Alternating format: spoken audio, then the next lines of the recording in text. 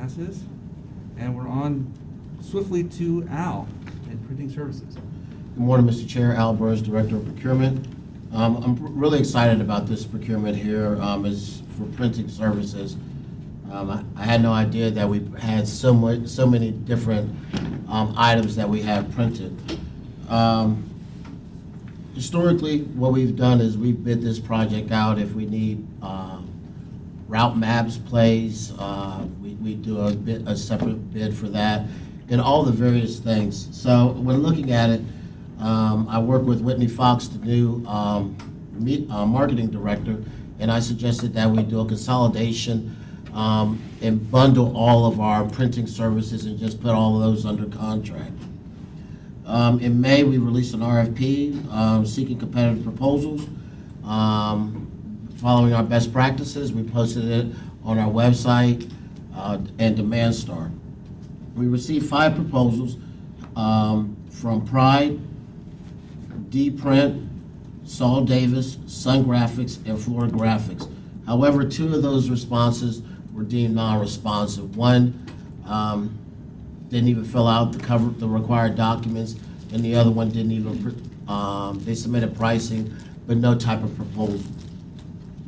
The evaluation committee comprised of PSTA employees, employees from the marketing department, and employees from the planning department. We met on June 7th, and we reviewed the proposals, and there's a kind of a matrix there that shows you who was awarded what. And to kind of elaborate on the different printing services that we have, we print bus schedules, system maps, A-frame signs, rack cards, wayfinders, and I found that to be just a thing that you put in your yard, departure boards, and interior bus cards. So like I said before, we have a whole gamut of different printing, different things that we have printed throughout the agency. Fortunately, we've worked with all of the suppliers that submitted proposals, and they all have the capacity to do the work. The fiscal impact of this is be funded by operating funds. And this morning, Mr. Chair, what I'm asking is recommend approval of a 2-year base term contract with 3 one-year options for printing services to D-Print in the amount of $225,000, Pride Enterprises in the amount of $131,000, and Sol Davis in the amount of $3,000, and recommend authorizing the CEO to exercise the 3 one-year optional years. If there's any questions, I'd be more than happy to field them. Any questions? The departure board, that's what's at the bus stop, is that correct? Okay. I would recommend that the printing service presented by Al Burns be approved. Is there a second? Second. Any further discussion? All in favor? Aye. Motion Mr. passes Chair. for the consent agenda. All right, Internet, Ethernet, and Telecom. Al, Yes, sir. you're up again. Earlier this year, we started being we've always been proactive, but I noticed that a lot of our telecommunications contracts were getting ready to expire. That was before we had our new IT director, Ms. Julie Cagliostro. Thank you, in place. So what I did was I engaged Clifton Larson Allen, our auditing firm, to help me look at it, because I don't want to embark on doing something if I don't know what I'm talking about. So we engaged Clifton Larson Allen to perform an analysis of all of our telecommunications services, and after the review of several different scenarios, we came to a mutual agreement, and they made recommendations to the agency. The renewals of the business phone lines have been moved to a short term to allow PSTA to evaluate solutions for replacement of our current voice over IP system. That's a program that we've been working on, and we put that out for bid a couple of times, but we were unsuccessful. So Julie number 2, said, hey, she wants to just kind of wait and evaluate that before we go into hundreds of thousands of dollar procurement without having any analytical data to support that. After the negotiation, staff came to a mutual agreement on bandwidth, in the speed of the service that will be doubling based on the facility. And most importantly, the fiscal impact of this is, after negotiating with Spectrum, we noticed areas where, excuse me, I don't want to take the credit, but Julie noticed areas where we were able to reduce the price, and we're reducing that by $14,500 annually. I know it's not much, but it is something. This contract will be funded by operating funds, and the recommendation is to recommend approval of a contract for Ethernet, Internet, and telecom services with Spectrum Enterprises for a term of 3 years and an amount not to exceed $300,000. And there's Julie, if you have Julie any just- questions. Amen. If you have any technical Good morning. questions. Questions? I do have one. So the phones are gonna be month to month at this point, correct? Yes. Do we, and that's assuming everything goes well, and then we switch to just an annual contract, are there any expected cost savings at that point? Yes, when we go to the 3-year contract on our services, it does decrease the cost because of the commitment. But the understanding is that once you make that commitment, you have to honor it for the 3 years. That's why we're month to month until we determine what services we want. Okay, so the 14,500 is the current savings with potential Yes. increased savings once we determine whether it's the right service and switch to a full 3-year contract. Yes, That is correct. exactly. Thank you. Move approval. Second? Motion and a second, all in favor? Aye. Motion passes for consent. And it's Al Day here at PSTA. Well, I think it's Al and Julie and Debbie. So a little bit of background on this. This is recommend approval for a contract amount increase of $150,000 for Clifton Larson Allen for financial audits and related services for not to exceed amount of $510,000. As you know, we're required to have auditing services, and Clifton Larson Allen has been doing an excellent job at that. But one of the things that we've been taking advantage of, Mr. Chair, is we've reached out to Clifton Larson Allen and had them do some additional work.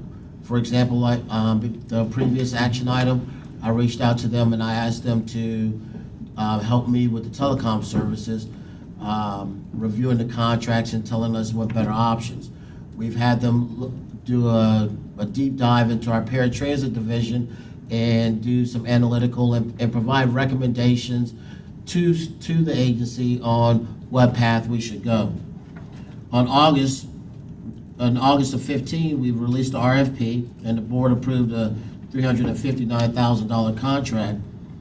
These requested additional funds will cover 2019 financial audit, NDT, and the monthly data analytics. And I don't know if it's an appropriate term or not, but we added a little cushion in there just in case if we wanted to ask them for some additional services like we did in the past, i.e. the telecom, the paratransit, etc. And Al, if I may just jump in there. What we've done in the past, which I just met with CLA, was it this week or last week, is an additional type service is what we call internal and external penetration testing of our networks, and be able to see if somebody bites on a phishing, no pun intended, but a phishing email. So we've had them do that in the past. They've actually suggested as well, maybe we look at wireless to see if somebody can penetrate our systems through our wireless. So I haven't agreed to any of that yet, but it's something that I like to do at least every other year. So I wanted to make sure that was included as well. Now the governments are starting to see more being held ransom with ransomware. So I think it's good to stay on top of these things. So I asked Al to add a little extra in as well for that. Question. So we're coming up, it will be the last year of a 5-year It is. contract. Yes, sir. And we're looking for an additional $150,000 for 1 year. Yes, sir. What happens to the following year's audit? What Well, are we will be doing? going out for requests for proposals for auditors this coming year. And at that time, are we going additional service bid? So, I because would. This seems strange out of, we haven't seen this before, or at least I don't remember seeing this. We've so. actually, when we went out for this, the last go-around, when we had CLA come on board, we included this in the contracts. And it is different than probably what you've seen in other agencies, or, boards that you've sat on. But I think it's excellent to be able to do that, because number one, whatever audit firm it is, has a familiarity with the organization. They can kind of see where the vulnerabilities are. Already included in our audits is additional testing. What do you call it, Andrews, here from CLA? Where the special, when I ask you to do something special, it's Unpredictability included. testing. Unpredictability. Unpredictability testing. So we've had that done the last number of years in a variety of areas where I think there's either high cost or high risk.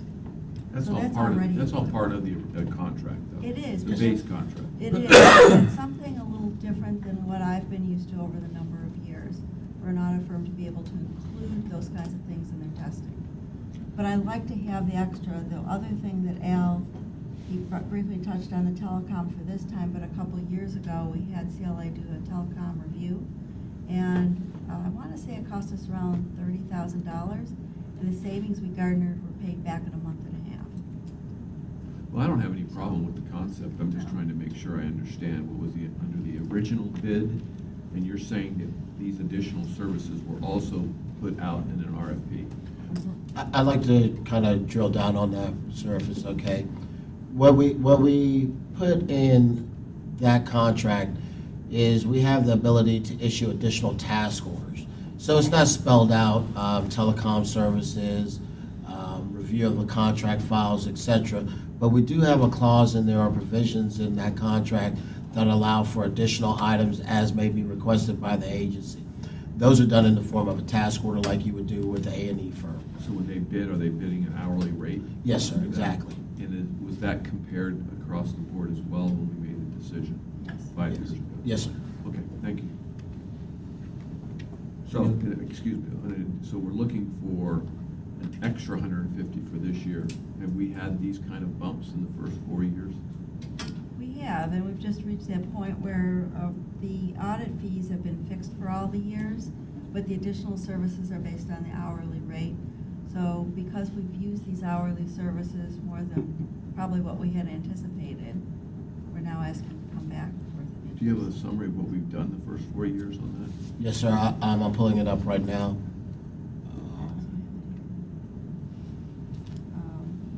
We have the DART testing, we have the telecom testing, we have the review of our files for the triennial, because we had a gap there between purchasing directors and procurement directors. Yes, ma'am.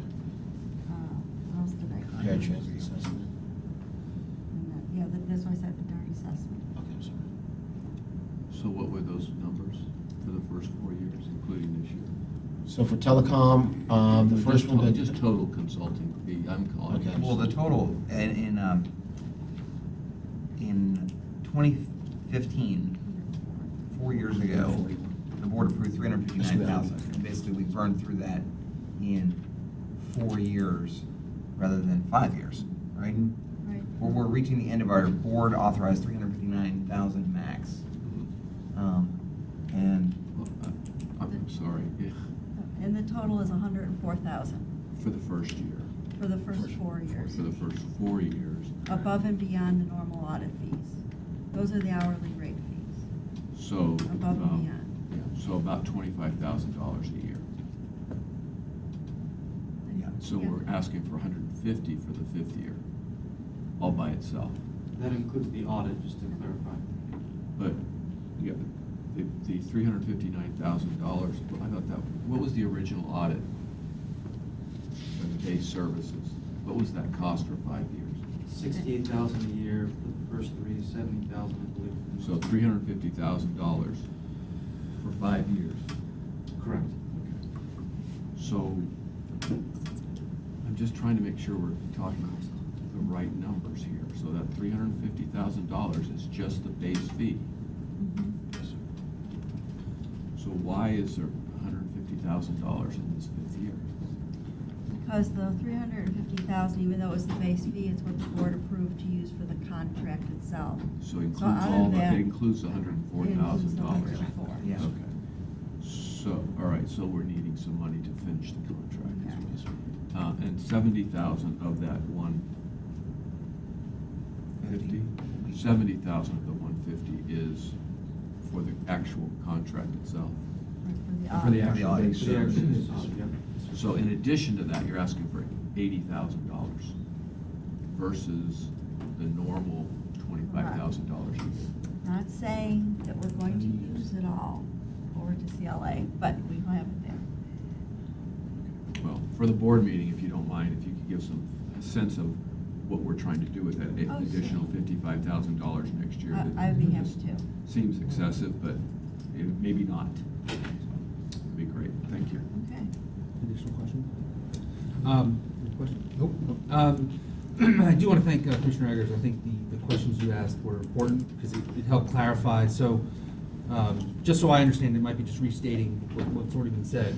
The $359,000 contract, we use that for base auditing services, and that covered billable hours for special Correct. projects, which was $104,000 over 4 years, right? Exactly. 104? Okay, so really, it seems like this year might actually be a little bit less total cost than it may have been in prior years. If we use some of that money to cover past expenses. Or is it about the same? Probably about the same. About the same. Okay. But it's not $100,000 extra cost this year. We're recouping money that was, we're putting out a contract for money that was spent in prior years. Right, had we billed each one of those separately as a separate item, we wouldn't be asking for the same Correct. Correct. Yes. total dollar amount. Exactly. Right, so we're covering those past expenditures.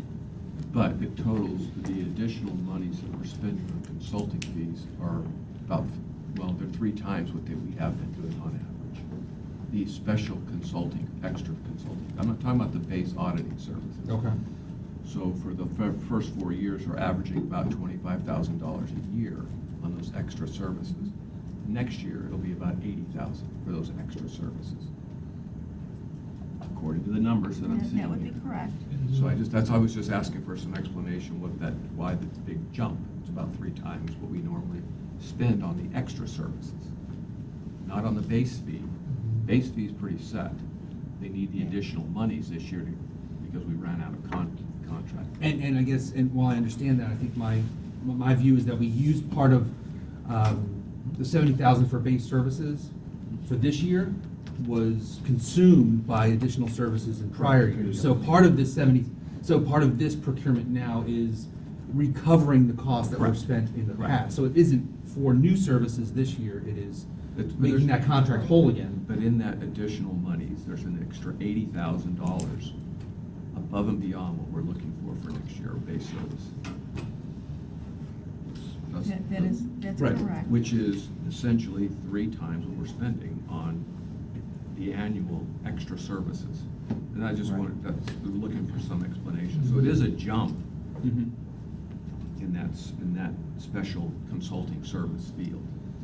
And Commissioner Eggers, the 25,000, which you did, is a nice average to look at it that way. Certain years were probably more than others, and as I mentioned, this year, I may want to, while I know they have the expertise on board, take a look at not only the external penetration testing, but penetration testing and Wi-Fi testing from the computer side. There may be other things that come up out of our DART review, which we'll be hearing about, I think, shortly, internally, that there may be other things. They're also going to be doing some data analytics for us at a very small dollar amount. And I'm not saying that the numbers aren't.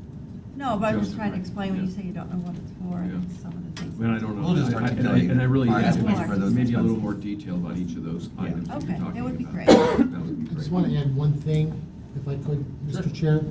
One of the main concerns with the legislation and the local government is the cybersecurity that you mentioned. That is a big thing of local governments their data being hacked and then ransacked for money. So I think that's very important that we do take care of that. I just wanted to add that. Is there a motion? I'll move that the approval of the contract and amount increase of $150,000 and the total contract to not exceed the amount of $510,000. I second. Thank you. Any additional question, discussion? Can we put that on the regular agenda, please? I agree. All in favor? Aye. Okay, that'll be for the board agenda. And diesel fuel and unleaded gasoline.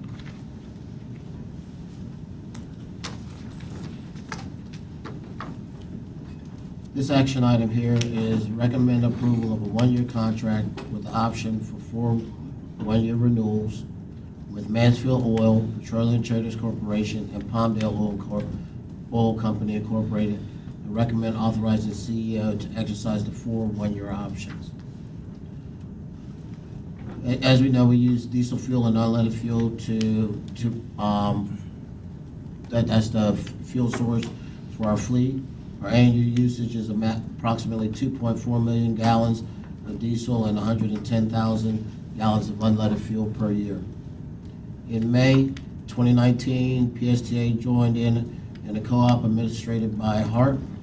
In addition to HART, other participating agencies were PSTA, City of St. Petersburg, Lakeland LAMTD, Polk County Board of County Commissioners, the Aviation Authority, and Hillsborough County Board of County Commissioners.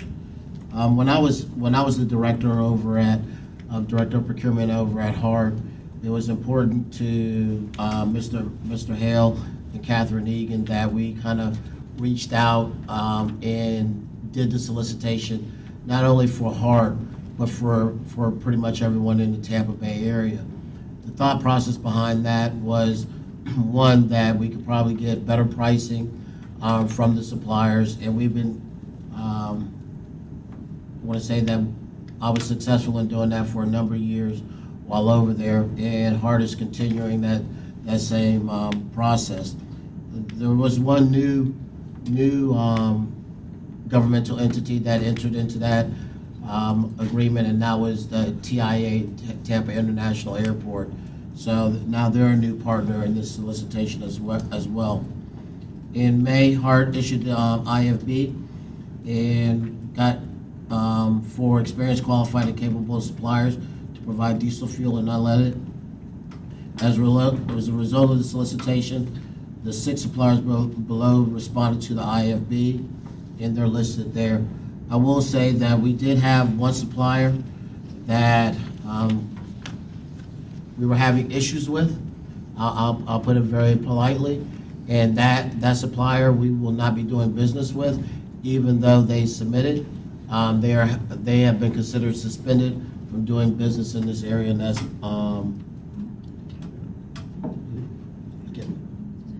James River. At our request, PSTA will be able to lock in going out beyond the current fiscal year. In this manner, when fuel prices change, PSTA can now take advantage of the marketplace by locking in pricing. Debbie, PSTA is one of the few agencies that in the solicitation is taking advantage of the option years. A couple of years ago when Debbie talked to me about that, I was kind of threw me off kilter, but now I see the advantage of that. It gives PSTA a lot of flexibility in the upcoming years, and we don't have to go out annually every single time. There's a matrix there that shows the comparison FY19 markup, and if there's any questions on that, I brought Sharon Spellman, my contract specialist, and she handled that procurement for me during this whole process. The fiscal impact of this is it's included in our operating budget. There are savings in every year compared to current pricing for diesel fuel, both for locked-in rates and rates that off the spot market, and that's known as OPUS. These are savings in the first year for unleaded gasoline.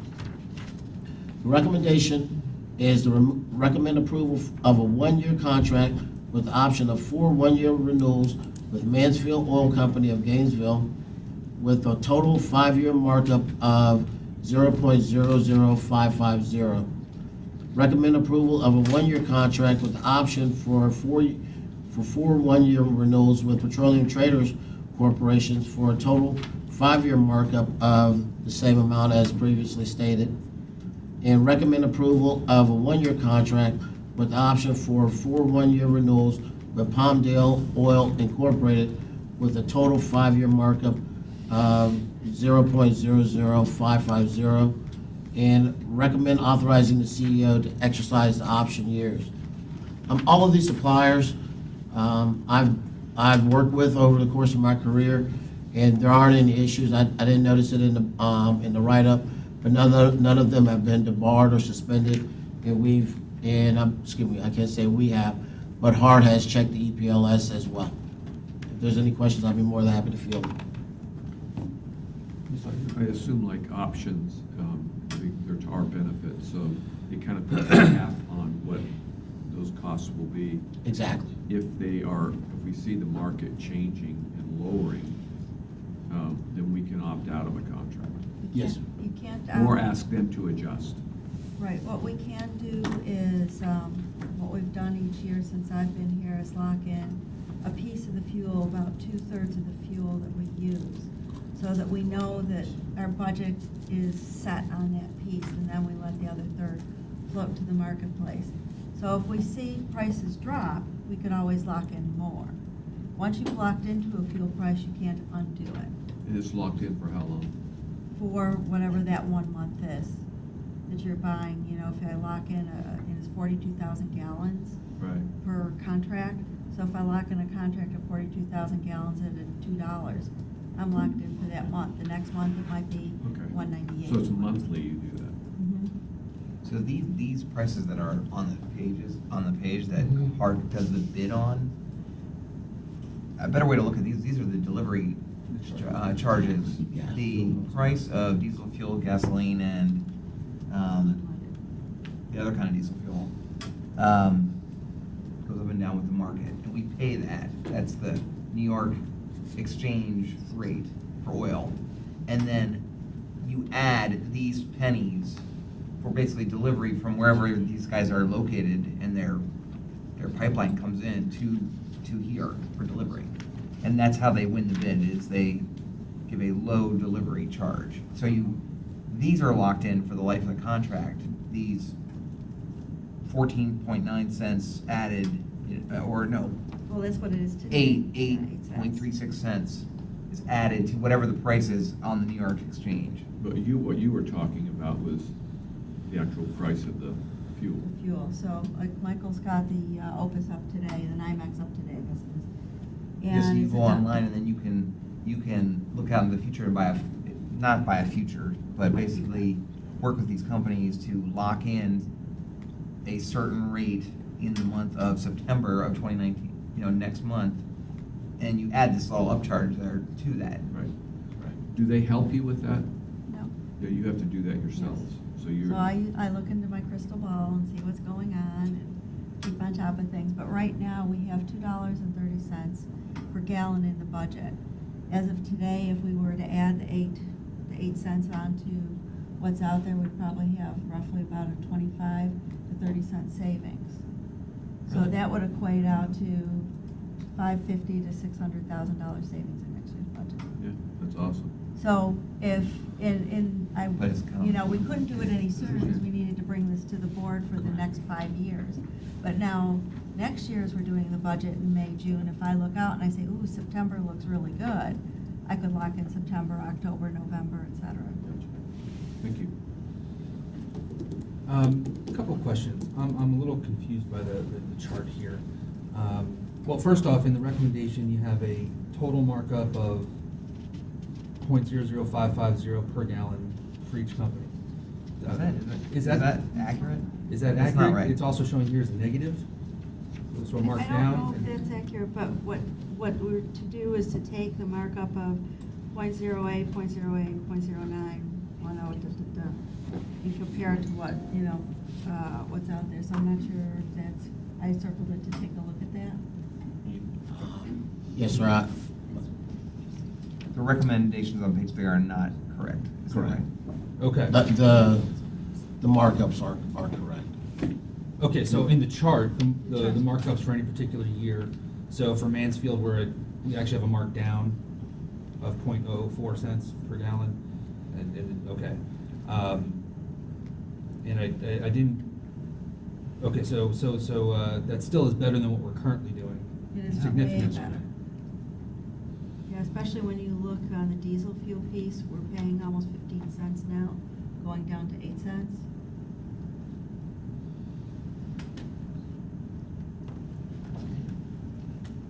I don't know how they can give you a negative. I don't know how that works. But Well, we had that discussion that it's probably, they actually invest in futures, so they may be able to have some savings at their end to pass on to customers to win the bids. So I'm really curious about this crystal ball of yours. I don't know.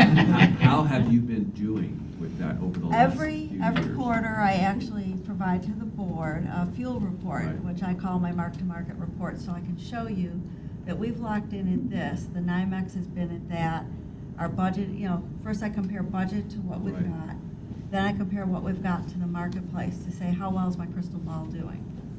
Some years it does better than others. Through the number of years I've been doing this, I've come out ahead, but there are years, in the past that markets To the drop. market or to the budget?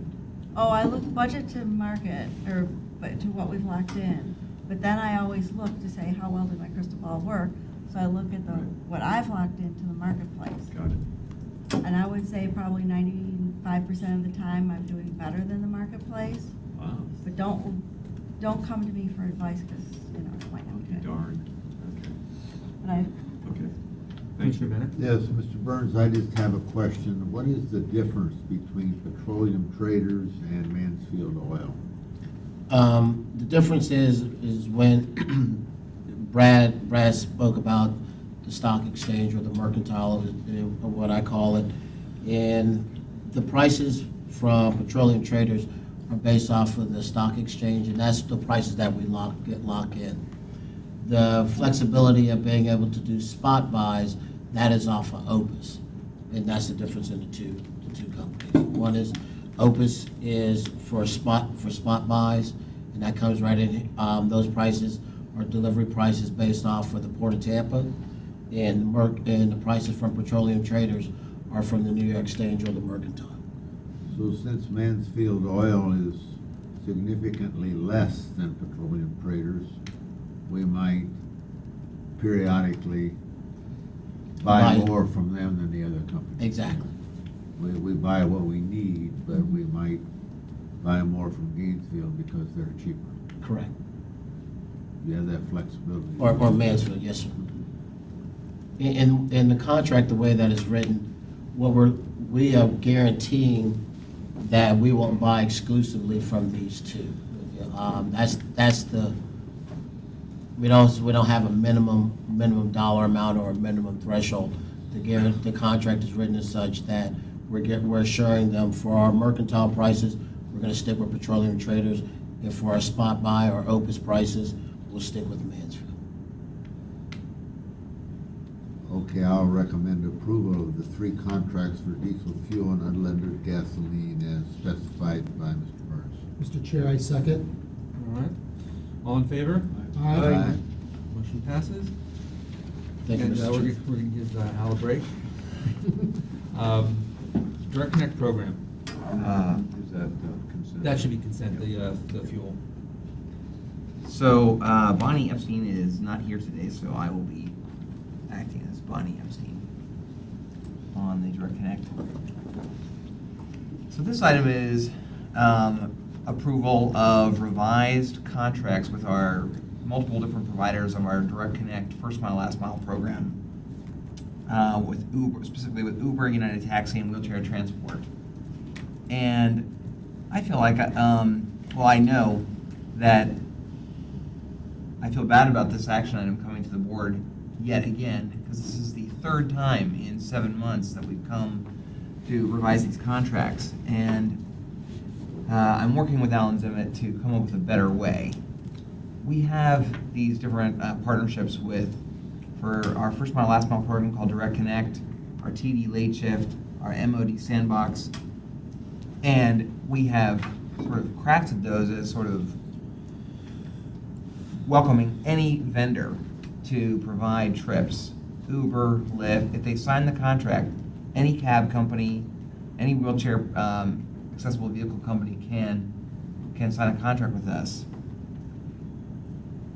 But our friendly attorneys, anytime we make even a slight modification, they say, well, we have to go all new contracts with all the vendors and go back to the board and go through the committee and all this stuff.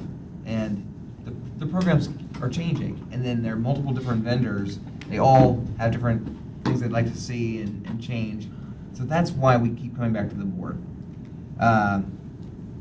For relatively, what I believe are relatively minor tweaks to the system, and I think there's got to be a better way that we can make modifications to these programs. The change we'd like to make, which is based on customer request, is to extend the hours of our first mile, last mile program from 6 a.m. to 11 p.m. to cover the full range of bus services, which would be 5 a.m. to midnight. So just 1 hour extra on the morning and at night, where you can get a first mile, last mile direct connect ride to or from the bus stop. I don't foresee this. I mean, we'll get hopefully a few more trips, or people have requested it. I don't think it'll be an enormous number of trips at either of those times, but this program is well within its, I think, $40,000 annual budget. So we're not going to change the budget for this, but that's the change. It's just to expand the hours to 5 a.m. to midnight by 1 hour in the morning and at night, and we'll change all the contracts with this action. It does state here, though, that previously 6 p.m., that should bring. That's wrong, 6 yeah. a.m.? 6 a.m. It was a I very checked. limited service. Well, okay. No, it was 6 a.m. So no change in cost. Result in average. Perhaps $5,000. I think that's optimistic. For that, I mean, the amount that we subsidize $5 per ride. $5 of whatever the cost is of the service, of the trip to or from the bus stop. So that would be awesome, 1,000 rides. So currently, we have 40,000 a month in the budget? 40,000 for the year, I thought. Okay, so this is going up 15 to 20 a month?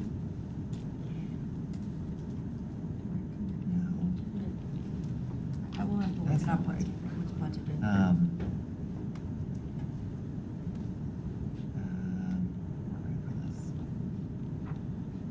Mike, are you looking up the budget for Direct Connect? For personal last part, Yeah.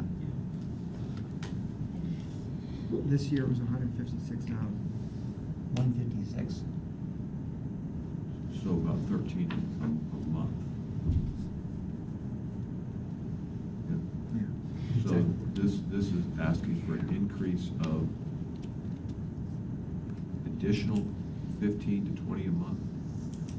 I want to make sure I'm getting the. Or is it increasing from 13 to 15? Yeah, 15 Or is that the new total amount, or is that the increased amount? to, Mike? yeah. Anticipates the increase Do you know? in demand.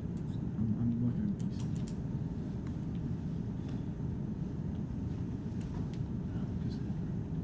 Oh, Cassandra? We're finding that people are using the program and that every month the usage goes up. So the average monthly usage is somewhere between 15 or 20, already closer to 15 now. And so we think with this increase in time, it might go up a little bit. I mean, you're looking at a very low service period of time that you're adding on either end. And what that does is just give people confidence in using it, so that if it's 10:59, they don't feel like they're rushing around. They can wait till 11:03 and take the service. So I don't anticipate a huge increase. Maybe 2 trips a day on either end might change, but not So the current's around significant. 13, you think it'll go maybe up to between 15 and 20 a month? It's already hitting 15, right? I think it's on some months. But So I this think is- it'll just be, Okay. it's increasing, it's understanding that this may be increasing the service just a little bit. So that's your So this is point. the new total, not This not is an the increase total. to current. Yes. Okay, Okay. okay. And that makes a little bit more sense. Yes, it does. It's like, But I'm paying attention. In the month of May, we had 2,622 rides. So that's about $13,000. That's the latest information. And so far, through May, so that's 8 months, we've had 15,000 rides. So, what's that? $75,000 this year so far, through 8 months. So it's actually a little less than 10,000 a month. But it seems to be growing a little bit, and this will grow a little. Do we have the spots that this is increasing, we have those first mile, last mile connecting spots around, right? That they have to connect to, correct? I mean, they have. Right. We've got So to get 20 on a bus is essentially the idea. Yeah. So do we have those hot spots identified and how we're doing using the service, or where we're getting most of our ink usage in this first mile, last mile? It's my understanding we are just starting to get that data on a regular basis from Uber. They promised us, most of the rides on this are through Uber, and that's the more than the cab, and so we're just starting to get some of that data in. We're trying to verify it. But yeah, I'm hopeful that we'll keep getting better data so we can better analyze this. It'd be nice to know so we can see where, presumably those bus services, in those areas are getting more use. If those spots, the connecting Yeah. spots are the hot spots, so to speak. I mean, I don't know, I'd like to see how that works. What I have been told is that the number one location is the Pinellas Park Transit Center, which was, and we know sort of anecdotal data that the business parks that are around and like kind of near here in the Gateway area that don't have much bus service and do employ a lot of lower income kind of jobs, they are using it. They're all piling into Ubers together to get down there to the transit center in Pinellas Park to ride the 19 or the US 19 service up and down. Now I don't know why that's the number one stop. Maybe that's because that was the very first stop and it's kind of like word of mouth and that's been around the longest. I don't know. But that one is our top usage location. So that actually begs the question, so how do we communicate the increased time for usage? How does that get out to users? Well, I'm sure we will work with Uber. Uber will publicize it on their app to anyone who has put the promo code in. So you'll get a little notice when you open up the Uber app. And then we'll notify our riders of the change. But how? Are we, do we have a list of those folks that use the service that we're gonna be able to communicate with? Are we gonna put informational open to items? Are we gonna anyone. contact those businesses that have their employees that are using it? If we're extending the hours, I'd love to see people actually use it, more so. Yes, I mean, we have tried to do a better job of marketing this program and introducing it to more people. There's lots of ads that maybe I'm the only one that the marketing department targets, but I get them all the time for this program. Whether they're having a massive effect or not, it's hard to say. Okay. Is there a motion? Mr. Chair, I make a motion to approve Direct Connect program for expanded hours. And the And- anticipated increase and in the- cost. And the increase in cost. All right, is there a second? I didn't understand what the last part was there. Well, there's an anticipated increase in cost from 13 a month on average to between 15 and 20 a month on average.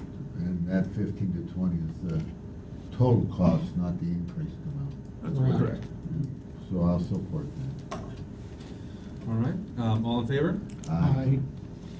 Okay, for the consent agenda. I will also just add, I think it makes sense if Alan can work out some sort of master contract that we don't normally as a board get together to decide, like, should this bus leave a little earlier? Those are operational issues. And certainly this dollar amounts, even within your contract, within the CEO's ability to engage services, right? The dollar amount is within your ability, so. Yeah. Working with Alan to kind of come up with some sort of master agreement that can be tweaked would, I think, be helpful in operating. It would be nice to know some of that data, though, if we could keep trying to mine that data from these companies. Yeah. Where we're doing really well with I'm this. with you on that. All right, we're up to reports. Monthly financial statement. Well, welcome to May, Commissioners. I'm Julie Lucas, Director of Accounting. For the month, we anticipated a deficit of $4.4 million, but we were favorable by 5.8%, or $259,000. On the revenue side, the story is mostly about passenger fares and how well we've been doing compared to our budget. We're at about 6.8% over budget in May, which continues the trend we've been seeing previously. Back in April, we didn't really get to discuss the financials, but we had a favorable variance in federal grants due to TBARDA. They're our subrecipient, and April was the first month that we had a drawdown done. After the April financials were prepared, we had some internal staff discussions, and we thought it would be more appropriately reflected as in capital. So in May, you see the adjustments from the reclass that was done. The net effect is 0 on year-to-date in May, but you see if you were to look back at April, you would see some positive numbers, and if looking at May, you're going to see some negative numbers, and that's just an internal accounting reclassification based on how we were handling the TBARDA issue. Transportation was over budget, and salaries partially due to a large operator class, which is good. And staff is continuing to keep a tight control over expenses, with trolley expenses being one of the few areas that we're over budget in. This correlates well, though, with the fact that fares are up and more people are using our system. Moving on to our year-to-date report, we not only have a surplus, but are exceeding budgeted expectations by 9.7%. So in the revenue section, as we previously discussed, passenger fares are over budget year-to-date. And on the expense side, trolley expenses are 11.5% over budget. The salary expense is primarily overtime in transportation because, again, this is year-to-date. And that's about it. Does anyone have any questions? Quick question. You have the miscellaneous expense is 30% under budget due to advertising. So are we doing less significant decrease in advertising? Or The actual expense number is because remember, it's what was paid or incurred as of that time period. So Whitney would be able to answer for future plans, but this is as of what was done through May. So based on that answer, are we expecting a future over budget expense for advertising? I have To kind of zero that Whitney out? on that. Would you like me to answer this? Sure. How do I expect, we were behind on some of the campaigns that we envisioned when we put the budget together, somewhat due to staffing limitations, et cetera. And I would not anticipate, hopefully, going over budget, but I would think we'd come back closer to budget. Okay, so over budget in a particular month in the future, but on an annual basis, flattening out to. Hopefully finishing the year a little bit in the under budget Under budget. category. Okay, so that's really more just the potential Timing, timing issue. Okay. Yeah. Commissioner Yeah, just looking at the year-to-date, so everything, when you look at May, it looks like we're doing a little bit better than expected, but still, we're losing $4.5 million a month. Right. In the first In that half of month. the year, when you look at our budget, how it's spread out, the first half of the year has a lot of big surpluses in it because that's when we get the property tax in. And then the second half of the year, we're working off of that property tax that we've received as income. So there's usually deficits. And that's why it's expected And that's for why the it's balance, expected. almost the balance of the year. And that number, that 18 million surplus will be dropping down significantly throughout the year. And as we've talked about in the budget, for the forecast for this year, we're anticipating to do better than anticipated. We had anticipated a $1.7 million deficit. With the savings that we have across the different, expense lines. We'll probably be saving a little over $1 million of that deficit. So we think we'll come in around $700,000 deficit this year, maybe even better. Yeah, I mean, so I think most of you probably are familiar with the budget assumed a negative balance for revenues were $1.7 million less than expenses, requiring the use of $1.7 million of built-up reserves. But if you look at the year-to-date number through May, we're 1.662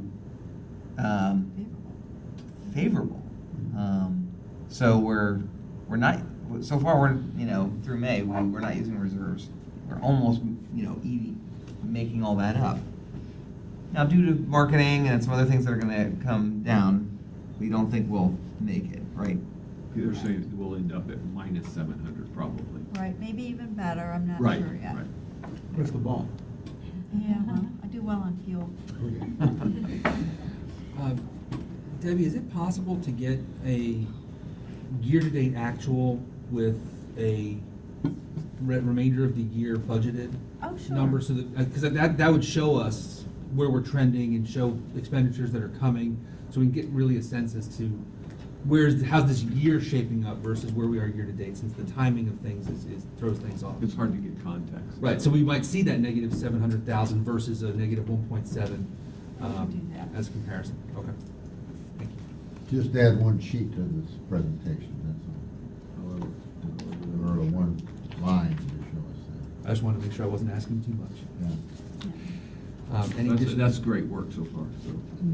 It is great work on all the staff's part to be able to do this. They've become very innovative, and I'm always so pleased with what people come up with on how to do things differently. Save money. Look, every time Al comes here, he loves to tell, that's because his pay raise is dependent on it. But, we just save $14,500 a month. We just save, sometimes it's a small dollar amount, it could be a couple thousand, but it adds up. Pay raise, I thought it was his whole pay. Kidding, Al. He works off commission? Yeah. Any additional questions on the budget? Or the financial statements? Okay, Brad, ridership? You have it at your places. Overall, we're teetering right about the same as we were a year ago as far as overall ridership, slightly up year to date. In the month of June, we were slightly down. On the overall ridership, I think it's pretty much, I don't really have anything more substantial to update you on June.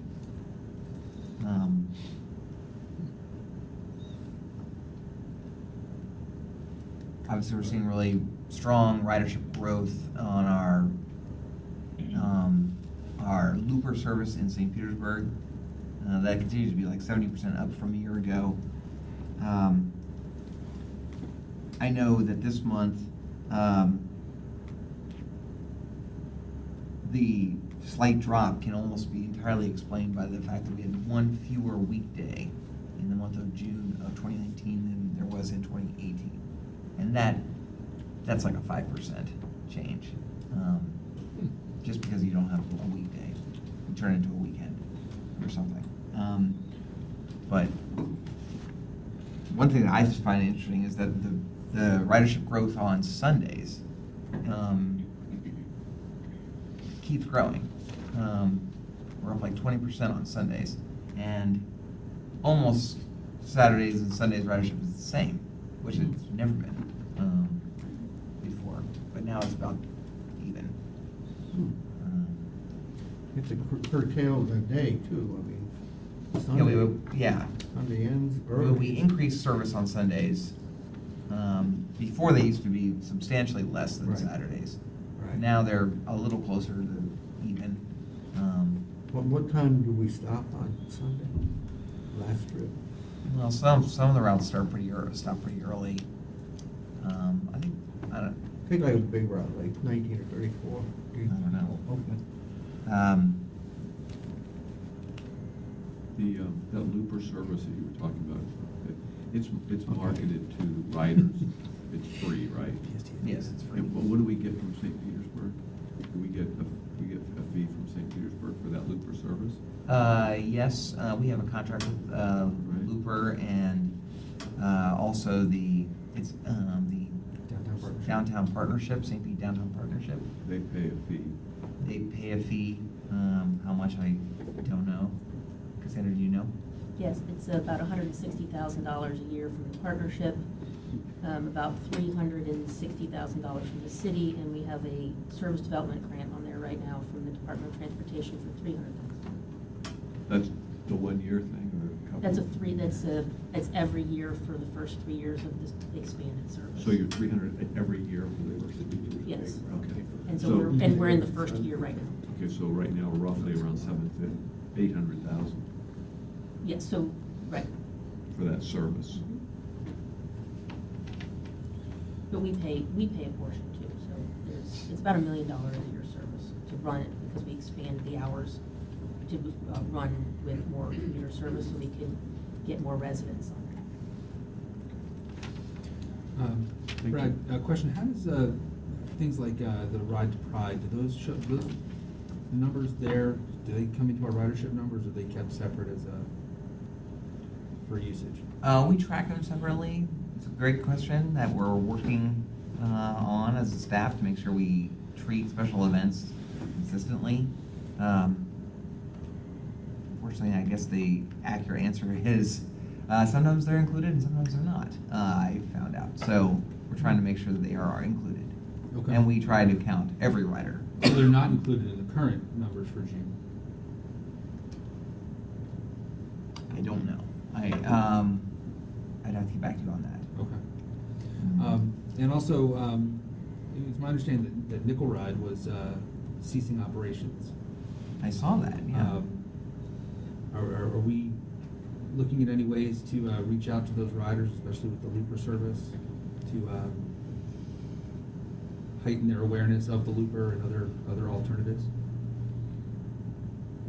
Do you know of anything we're doing? Yes, so in our partnership with all the different transportation modes, with the Car Free St. Pete campaign that the Downtown St. Pete Partnership is heading, we are planning many different events and marketing opportunities to communicate with those riders. And we will be kind of on our marketing materials replacing the Looper with upcoming scooter information as St. Pete starts figuring out what's going on with the scooters this fall. But yes, we are continuing and have many plans in place to help communicate the information needed if anybody would like to ride the bus or get around downtown on a bike or potentially a scooter in the future. Commissioner? How many contracts do we currently have out there with users like the City of St. Petersburg, the partnership? I know we have one with the City of Tarpon Springs. And so how many do we have like that are out there? I mean, because I'd just be curious as to how each of those folks are marketing their use. In other words, it's free use by their riders, and they're seeing the value added, so they're putting funds for it. Colleges, I'm thinking about businesses that we have. So I was just be curious if, we don't have to do that now, I'm just saying if we can maybe see what we have in terms of You're kind of describing like all of our agreements with governmental entities or universities. Yeah, businesses. I mean, I'm not saying we have any. I'd just be curious who we have those relationships with. Yeah, The kind that's good for that list. I'm sure we have it somewhere, so it's not. Yeah. It shouldn't be that difficult.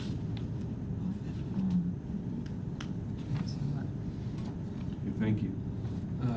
Brad, contracts? In the contracts, one thing on the budget that we're monitoring And this is a quarterly report that we produced for you that lists every contract, although I don't think, This is just the expenditure contract. Expenditure side, yeah. not like the ones with St. Pete or Right, those. the ones that you're asking for, Commissioner Eger. But these and you can see the number one the most valuable contract, the most expensive contract is our DART Care Ride contract, followed closely by Jolly Trolley, or not closely, half.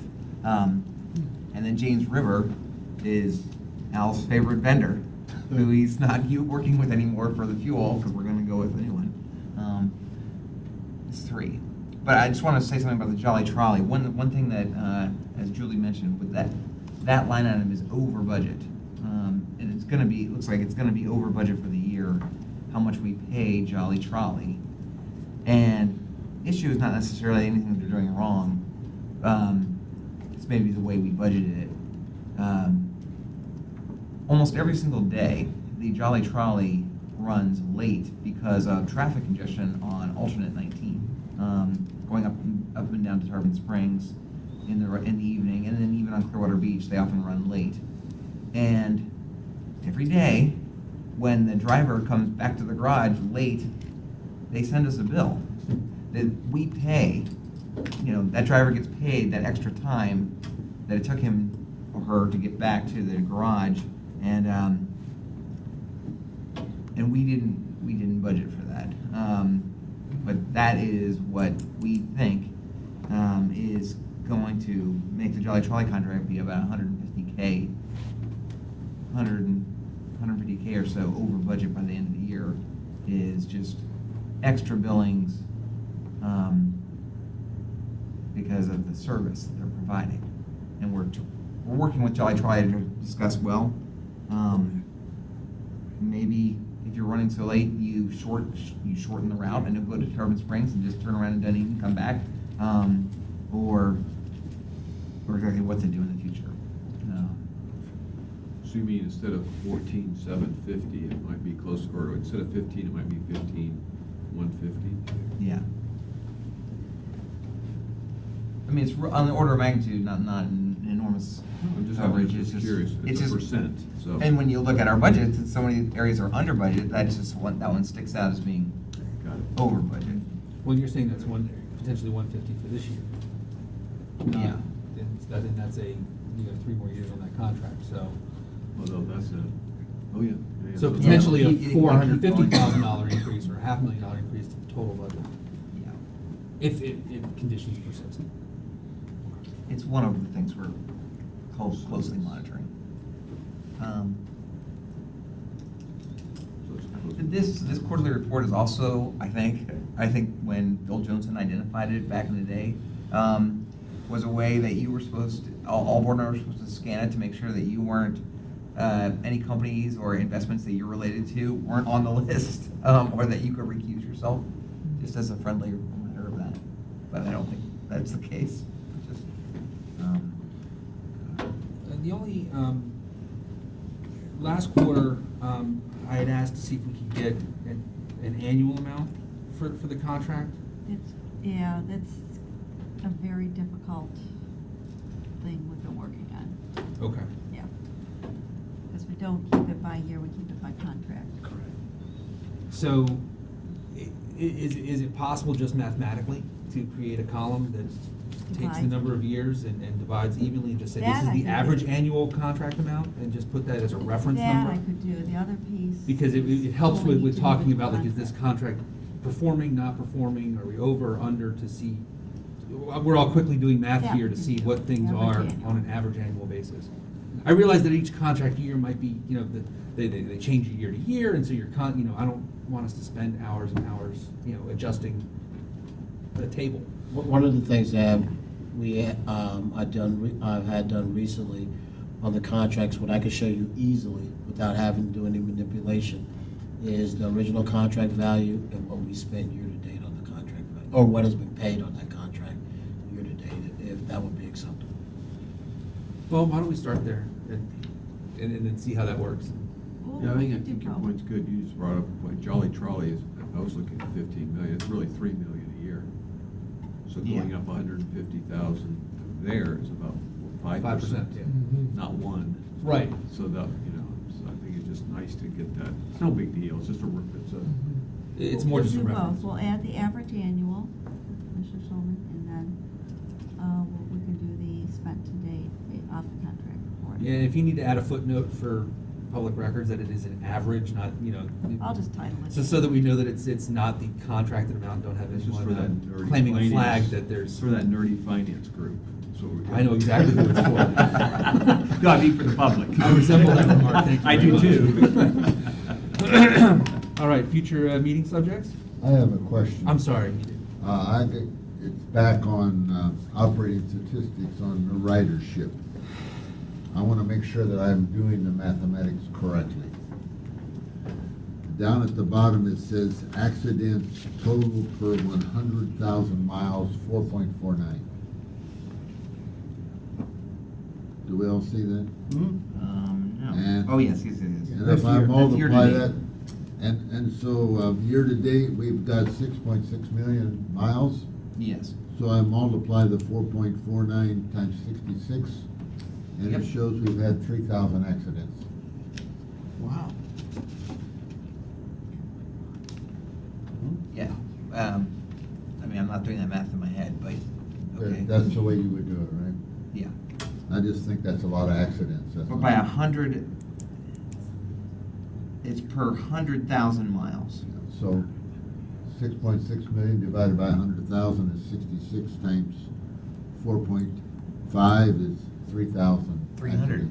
300 and something. Excuse me? 66 times 4 is 300. 260. 300, right? 300 accidents. Okay. And so the way we categorize that is total. That is 4.49 total accidents. That's people hitting us. That is all. Yeah. Anytime a bus and another a thing touch each other, and then preventable is then shown on the line below. Okay, good. One last question. Yes, when- Commissioner. When we were doing the safety add-on this past month, I think I mentioned, somebody else may have mentioned too, about somehow tracking the number of incidents that we have. Do we do a good job as our drivers to record those incidents so that we are tracking those? Is there a way we can see that? Or, it's not something we're budgeting. You're just kind of trying to get a feel for the level of activity of nastiness, whatever. We'd like to know that. Is that somehow we can get some information on that? Yeah, we have that reported on each incident by the driver. And if Just the there's a number of different incidents. response. The number, if you're getting, Number of 10 them. this month, Yeah, we 20, can- that we can track kind of- that. yeah. Yes, yeah, and I understand the flavor of what you're looking for, of incidents of nastiness. Okay. You're just trying to get a sense of what's going on out there. Are we on a rise? Are we leveled out? Are we? And then to compare it to kind of what's this glass thing, is it helping us? Is it, now that you can't get to the person verbally assaulting them, or, Yeah. Is it helping or cut back that? So just, it'd be nice to know that kind of level of acrimony, let's say. Along the same lines, do you rank incidents as far as, since Commissioner's work nastiness, Yeah, ranked by what we categorize them. Okay, so that's part of the Yeah, so- reporting is we can see what level each incident. That's correct. We're responsive as any damage, any injury, right? Okay. Okay, future meeting subjects? Is there any? Armored car Okay. services, legal services. That sounds exciting. Truly exciting. I also, Oh, yes, legal services. I didn't want to go the entire meeting without recognizing Whitney Fox in her new position and congratulate her on her ascension in the ranks. Yeah. So we, and clearly you have a budget to work with now, so, Yes. since we're running a deficit. so. Don't spend it. Don't spend it. Right. I'll be making up that deficit. Here's your new job, don't do it. Any other business? Nope, meeting's adjourned. Thank you. Thank you.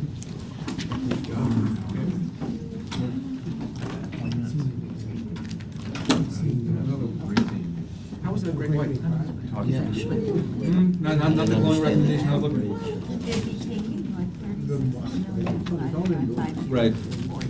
So I'll have to go in and look at each contract to see. You just have to take that column divided by the column number of years. I mean,